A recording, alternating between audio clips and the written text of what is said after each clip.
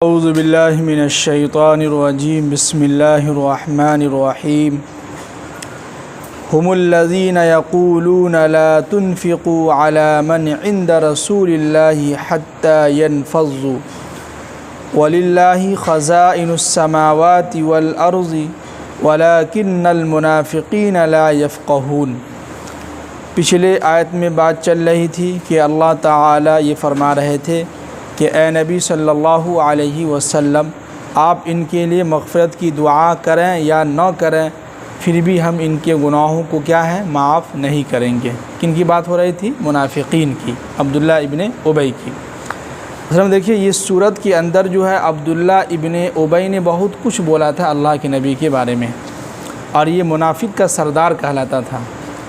तो इसी की वजह से ये पूरी सूरत जो है मुनाफ़िक़ून के नाम से ही नाजिल हो गई कि इसमें मुनाफ़िक़ीन का तज़किरा किया जा रहा है कि इन्होंने क्या क्या बातें अल्लाह के नबी के ऊपर कसा है और क्या क्या बातें ये बोला है जी। अब दूसरी बात ये है कि देखिए, जिस इंसान के दिल के अंदर पहले से ही चोर हो और दिल के अंदर ये हो कि अरे यार, अगर हम गुनाहों से तौबा कर लेंगे और नेक साले इंसान बन जाएंगे, 5 वक्त की नमाज़ की पाबंदी करने लगेंगे, तो फिर वो मज़ा नहीं आएगा जो मज़ा पहले आता था कि जो है फ़िल्में देखते थे पूरी पूरी रात, 3-3 घंटे का फ़िल्में देखते थे, मज़ा आता था। अब अगर नमाज की पाबंदी करने लगेंगे, जमात में जाने लगेंगे, तो फिर वो मज़ा क्या है देखने को नहीं मिलेगा। तो दिल के अंदर तो चोर बैठा हुआ है, तो ऐसे शख्स को अल्लाह ताला ज़िंदगी में कभी भी हिदायत नहीं देगा। इसलिए पहले हमें अपने दिल को क्या करना होगा? साफ़ करना होगा। अपने दिल से निफाक की बातें, मुनाफिकाना वाला चाल और इस तरह की अल्फाज, नफ़रत, हसद, कीना, कपट, इन सब चीज़ों को दिल से क्या करना होगा? निकाल के फेंकना होगा। तब अगर जाके कोई शख्स अल्लाह के सामने तौबा करता है और अल्लाह से हिदायत मांगता है, तो ऐसे शख्स को अल्लाह ताला हिदायत तक पहुंचा देता है, यानी अल्लाह उनको हिदायत दे देता है कि नहीं। इसलिए पहले हम अपने दिल से क्या है, इस जो चोर जो बैठा हुआ है कि दिल के अंदर कुछ और है और ज़ुबान पर क्या है बहुत अच्छी अच्छी बात है, लोग सुने कहते हैं वाह क्या बातें कर रहा है, लेकिन दिल के अंदर क्या है कुछ और चोर बैठा हुआ है। इसलिए अल्लाह ताला करेंगे पहले ये दिल से जो है माफ़ी मांगे और इसके दिल के अंदर जो चोर बैठा हुआ इसको निकाल के फेंके, मुनाफिकाना वाला चाल जो है ख़त्म करे, तब हम इनको जो है माफ़ करेंगे। ये है। अब आगे कह रहे हैं कि हुमुल्लज़ीना यक़ूलून। अब ये अब्दुल्ला इब्ने उबई कहा था कि ये वही लोग हैं जो कहते हैं कि ला तुनफ़िक़ू अला मन इंद रसूलिल्लाहि, जो लोग रसूलुल्लाह के पास हैं तुम उनके ऊपर माल खर्च न करो। यानी अब्दुल्ला इब्ने उबई मुसलमानों को जो है बहका रहे हैं कि तुम लोग जो है अल्लाह के नबी पर, सहाबा पर क्यों खर्च करते हो इतना पैसा। तुम जो है अगर उनके ऊपर पैसा खर्च नहीं करोगे और अपने पैसे को किसी और जगह खर्च करो, तो इससे क्या होगा कि हत्ता यनफ़ज़्ज़ू, तमाम के तमाम सहाबा किराम अल्लाह के नबी से बिछड़ जाएंगे। और सब जब अगर अल्लाह के नबी से सोहबत से हट जाएंगे और सब अल्लाह के नबी को छोड़ देंगे, तो जो है तमाम सहाबा गुमराही की तरफ क्या है जा सकता है, और सब के सब जो है गलत रास्ते की तरफ क्या है जा सकता है। देख रहे हैं शैतान किस तरीक़े से और कौन से रास्ते से जो है मुनाफिक वाला चाल और मुनाफिक से जो है चलवाता है। क्या कह रहा है कि अब्दुल्ला इब्ने उबई कि अरे तुम लोग मुसलमान हो, तुम लोग सहाबा के ऊपर क्यों खर्च करते हो इतना पैसा। जैसे होता है ना कि कुछ सहाबी ने कहा कि अल्लाह के नबी हम ये बाग सदका कर रहे हैं, किसी ने आके जो है कुछ इतने सारे जो रकम जो है पैसा लाके, सोना जो है जो उस ज़माने में जो होता था वो लाके दे देता था। कुछ सहाबी जो है पूरे खजूर के खजूर जो है लाके दे देते थे। अब जाहिर सी बात है कि उस खजूर का खाने वाला कौन था? सहाबा ही थे। असहाबे सुफ़ा में सहाबा ही बैठे होते थे, तो उनके ऊपर जो है खूब खर्च होता था। तो इसलिए अब्दुल्ला इब्ने उबई जो है मुसलमानों को जो लोग देते थे उनको जाके कहते थे कि तुम लोग अपना पैसा सहाबा पर क्यों खर्च कर रहे हो। अपना जो है खजूर और जो भी चीज़ें खाने पीने की चीज़ें हैं, गोश्त वगैरह है, तुम उनको सहाबा के पास क्यों पहुंचाते हो। नहीं पहुंचाओ, उनके ऊपर खर्च ना करो अपना पैसा, किसी और के ऊपर खर्च करो। तो इससे क्या होगा कि तमाम सहाबा अल्लाह के नबी से अलग हो जाएंगे। और जब तमाम सहाबा अल्लाह के नबी से अलग हो जाएंगे तो अल्लाह के नबी अकेले रह जाएंगे। और जब अल्लाह के नबी अकेले रह जाएंगे तो दीन की खिदमत नहीं कर पाएंगे, दीन नहीं फैल सकेगा। सहाबा उनके साथ है इसीलिए तो दीन फैल रहा है, और सहाबा भी उनकी सोहबत में बैठ बैठ के जो है बहुत कुछ सीख रहा है। तो जिसकी वजह से जो है दीन जो है तेज़ी के साथ क्या हो रहा है, फैलता चला जा रहा है। ये उनका जो है ये बात थी जी। लेकिन जब ये बात उसने कही थी तो सहाबा ने सुन लिया था, तो इसीलिए कुरान पाक की आयत नाजिल हुई। जब इनसे पूछा गया तो कहा कि नहीं अल्लाह के नबी हमने नहीं कहा। देख रहे मुनाफिकाना चाल, पहले तो कहा कि हमने यानी कहा, तभी तो कुरान की आयत नाजिल हुई। जब इनसे पूछा गया, अल्लाह के नबी ने पूछा तो कह रहा कि नहीं अल्लाह के नबी हमने नहीं कहा है। फ़ौरन जो अपनी बात से पीछे हट गया। ये है कि सामने आगे पीछे कुछ और बोलेंगे, और जब उनसे अब हकीकत में पूछिए क्या आपने मेरे बारे में इस तरह के अल्फाज आपने कहा है, नहीं इमाम साहब हमने नहीं कहा, हम किसी और से आप सुने होंगे, हमने नहीं कहा। हालांकि किसी बताने वाले ने जो है उसी का नाम बतलाया है। इसी को कहते हैं मुनाफिकाना चाल, कि जो है पीछे कुछ और, जब उनसे पूछा जाए नहीं इमाम साहब हमने नहीं कुछ कहा, हम तो आपकी तारीफ़ करते हैं हमेशा, हमने नहीं कुछ कहा। ये है जी। अब आगे कह रहे हैं कि अल्लाह ताला कि वलिल्लाहि खज़ाइनुस समावाति वल अर्ज़, हालांकि ज़मीन और आसमान में जितनी भी चीज़ें हैं इन सब का ख़जाना और जितनी भी चीज़ें हैं ये ख़जाने का मालिक कौन है, अल्लाह है। तुम अगर ख़र्च नहीं करोगे तो कोई और ख़र्च करेगा, है कि नहीं। तुम अगर ख़र्च नहीं करोगे तो कोई और है जो उनको देगा, अल्लाह खिलाएगा, है कि नहीं। अभी जोर हुआ था, शायद आप लोग नहीं गए थे, हम लोग गए हुए थे, तमाम साथी गए थे। वहाँ पे एक आदमी की कारगुजारी आई थी जो बहुत ज़ईफ़ थे, धोती पहने हुए थे। कहाँ के थे वो, भवानीपुर बरही टोला के थे। हाँ देखिए उनके अल्फाज, हम वहीं नज़दीक में बैठे हुए थे, वो सीधे कहने लगे, जब उनको बुलाया गया कारगुजारी के लिए तो कह रहे हैं कि मेरी बात पहले सुनिए फिर आप लोग कुछ कहिएगा। उन्होंने भोजपुरी में कहा था, हम तो उर्दू का तर्जुमा करके बतला रहे हैं। तो उन्होंने कहा कि पहले मेरी बात सुन लीजिए फिर उसके बाद आप लोग अपनी बात कहिएगा। वो कहने लगे कि हमारे मस्जिद में इमाम साहब नहीं हैं, और ये अल्फाज बोलते ही उनकी आंखों से इतना आंसू गिर रहा था कि मुझे भी रोना आ गया कि यार क्या इनके दिल के अंदर कितनी तरफ है कि एक इमाम साहब का होना कितना ज़रूरी है। और इतना वो रो रहे थे जिस पर मौलाना तैयब साहब कहने लगे कि आप घबराएं नहीं, अल्लाह आपकी आंसू को ज़ाय नहीं करेगा, इंशाअल्लाह कभी न कभी आपके मस्जिद में इमाम आएगा। और वो कह रहे थे कि साल में एक मरतबा जो हाफिज़ साहब आते हैं तरावी सुनाने के लिए वही आते हैं, उसके बाद पूरे साल हम लोग ऐसे ही अकेले नमाज़ अदा करके चले जाते हैं, कोई नहीं आता है नमाज के लिए। मस्जिद में जो है ये प्लास्टर करने के लिए और चीज़ें लगाने के लिए लोग चंदा कर रहा है, पैसा जमा कर रहा है, और इमाम साहब को रखने के लिए कोई तैयार नहीं हो रहा है जी। ऐसे ऐसे लोग हैं जो तरस रहे हैं, और जहाँ इमाम साहब है वहाँ उनकी इतनी बेइज्जती हो रही है, उनकी कोई जो है इज़्ज़त ही नहीं है। और इज़्ज़त है भी तो पीछे जो है, सामने तो इज़्ज़त है, आप पीछे बताने जाने कितने लोग गाली दे रहे हैं उनको, है कि नहीं। कोई फ़िक्र नहीं है, इमाम की कोई ख़बर नहीं लेता है।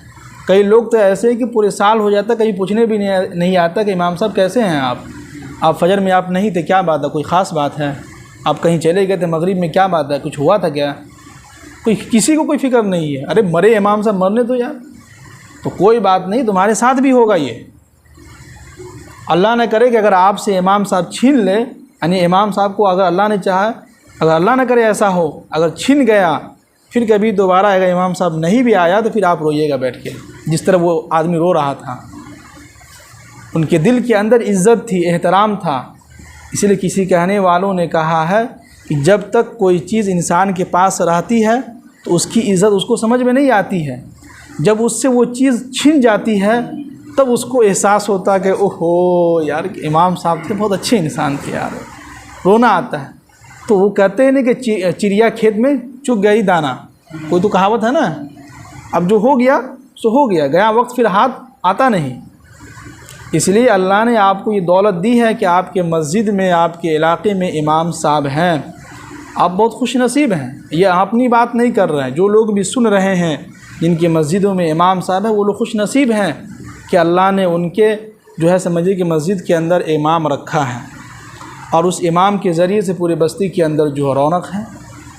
इसलिए कि अल्लाह के नबी की हदीस है कि जिस बस्ती में इलाके में अगर इमाम ना हो तो उसकी मिसाल अल्लाह के नबी ने क्या दिया कहा है कि वो चिराग के मानिंद है, कि अगर वो चिराग ना हो तो तमाम लोग गुमराही के रास्ते पर क्या होंगे, चले जाएंगे। अगर पूरे गांव में अंधेरा हो जाए तो कोई भी इंसान सीधा रास्ता पे चल सकता है? कोई इधर भागेगा, कोई इधर भागेगा, कोई जो है इधर ठोकर मार देगा किसी को, कोई इधर जो है ठोक देगा किसी को। इसी तरह अगर आलिम दीन ना हो बस्ती में तो तमाम लोग गलत रास्ते की तरफ क्या होंगे, चले जाएंगे। ये मैं नहीं कह रहा हूँ, अल्लाह के नबी की हदीस है, सुनन अबी दाऊद की हदीस है, मुंतखब अहादीस में ये हदीस कई मतलब गुजर चुका है, अभी तक मुझे ये हदीस याद है। तो इसलिए आप लोग बहुत खुशनसीब हैं कि अल्लाह ने आपको ये मौका दिया है, आप उनसे फ़ायदा उठाएं, उनसे कुछ सीखें, उनसे थोड़ा सा अदब से बात करें।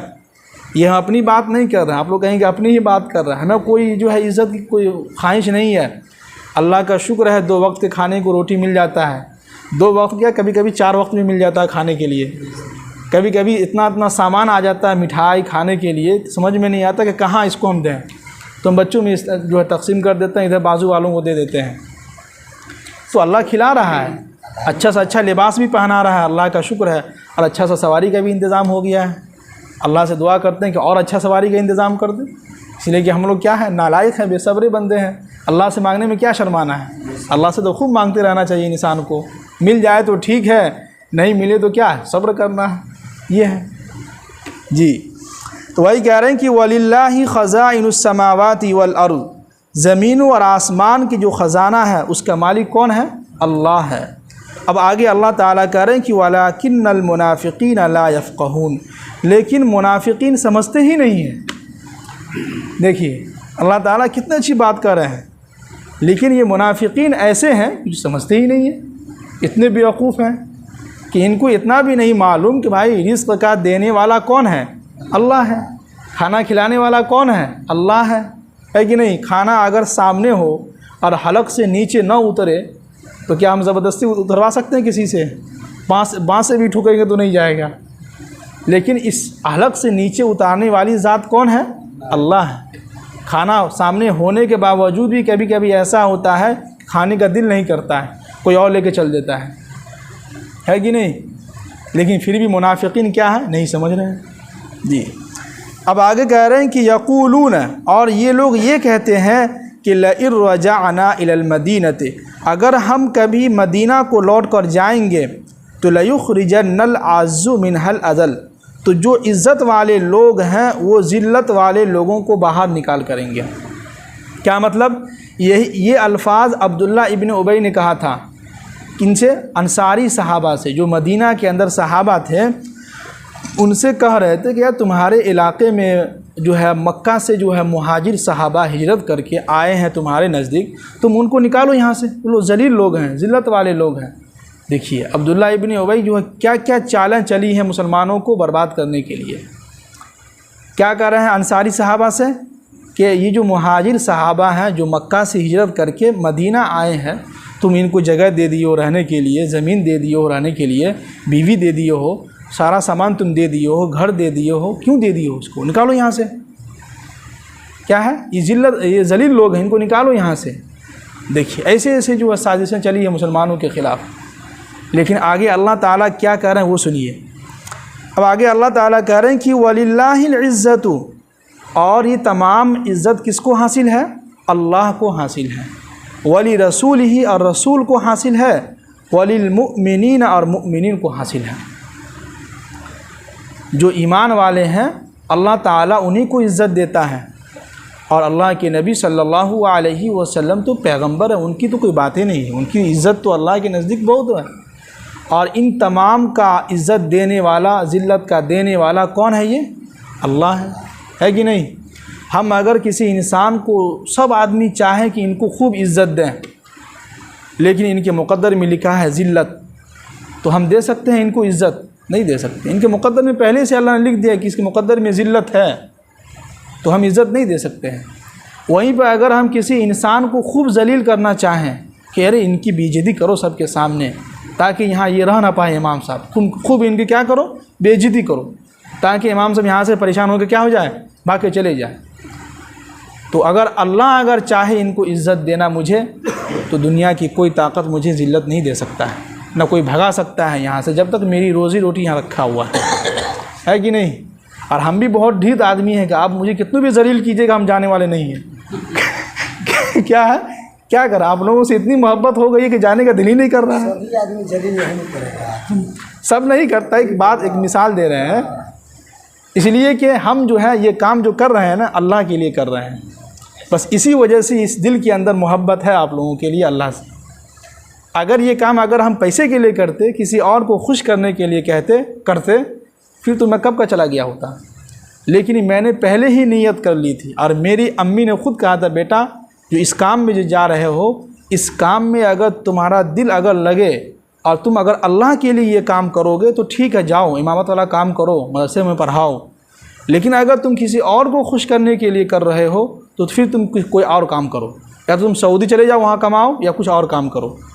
तो मैंने उसी दिन नीयत को बदल लिया कि मैं ये काम जो कर रहा हूँ किसके लिए कर रहा हूँ, अल्लाह के लिए कर रहा हूँ।